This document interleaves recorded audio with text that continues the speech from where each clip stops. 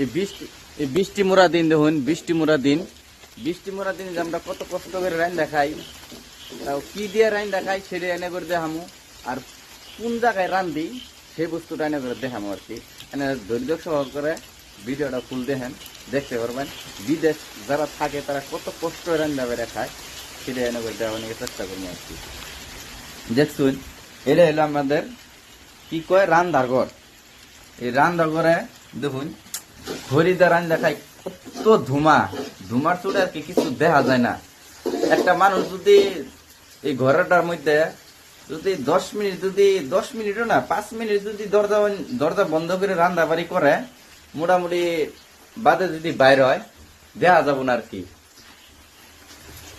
বাদে যদি বাইরে পড়ে মানুষটা, সেই মানুষটার আর কি মোটামুটি পুরা কালা এবার হয়ে যাবো, এবার অবস্থায় করে। মানে আমরা কি করি যে রান্দাই এরকম চড়াইতেছে, চড়াই থেকে আমরা আবার কি করবো ফটক করে ওর বাইরে যাবো, বুঝছেন? আবার বাইরে যাই একটু বাদে আবার এসে আবার এই তরকারি নাড়া দিব। এই কষ্টে আমরা রান্না বাইরে খাইতেছি। আর একটা কথা খবর চাইতেছি, এই যে ঘরটা যে দেখতেছুন, এই ঘরটা এই যে ভিজা যে কে নিকে এইটা রান্না করে কই, এই যে দেখুন এই যে ফোড়াটা পানি পড়ে, এই ফোড়াটা পানি পড়ে, এই পানির মধ্যে বৃষ্টি করে পানি ভিজে যায়, এইবার যেমন রান্না খাই। কি করবো, বিদেশ বাড়ির কথা ভাই, এই পেটটা চালাবার নিকে তো অল্প কষ্ট করতেই লাগবো। তার জন্য আমরা কি করছি, এই ফোড়াটার মধ্যে বস্তা দিয়ে দিচ্ছি।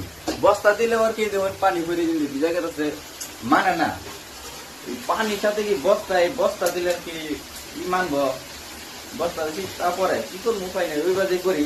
এই দেখুন এই যে এই অবস্থা, এই যে বৃষ্টি পড়তেছে বাইরে, এই বৃষ্টি পড়তেছে, এই যে খড়ি খেয়ে দিচ্ছি, এই খড়ি ধরে ভিজা জায়গা কি করবো। ও ভাই কত কষ্ট করে রান্না বাড়ি করি ভাই, ইয়ারই নাম হয়েছে বিদেশ। আর আমি মিশা কথা কই না, এই যে তাতে কি বানাইতেছে বিদেশে হ্যাঁ, আগে তো জানি না এত কষ্ট বিদেশে। কে আগে জানতাম বিদেশ আইতাম না, ফ্রান্স বিদেশ আইলাম না, দেখলাম কি কষ্ট।